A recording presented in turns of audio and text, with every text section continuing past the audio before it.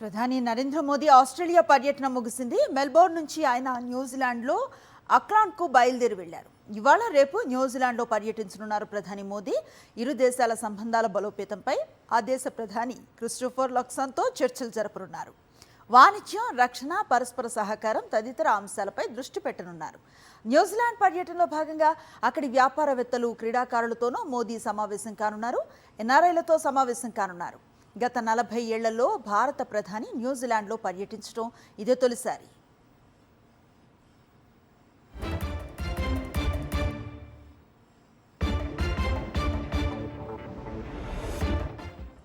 మోదీ పర్యటనకు ముందే న్యూజిలాండ్ ప్రధాని క్రిస్టోఫర్ లక్సన్ కీలక ప్రకటన చేశారు. భారత్కు న్యూజిలాండ్ ఎగుమతి చేస్తున్న వస్తువుల్లో 57% ఉత్పత్తులపై ఇకపై ఎలాంటి సుంకాలు ఉండబోవని చెప్పారు.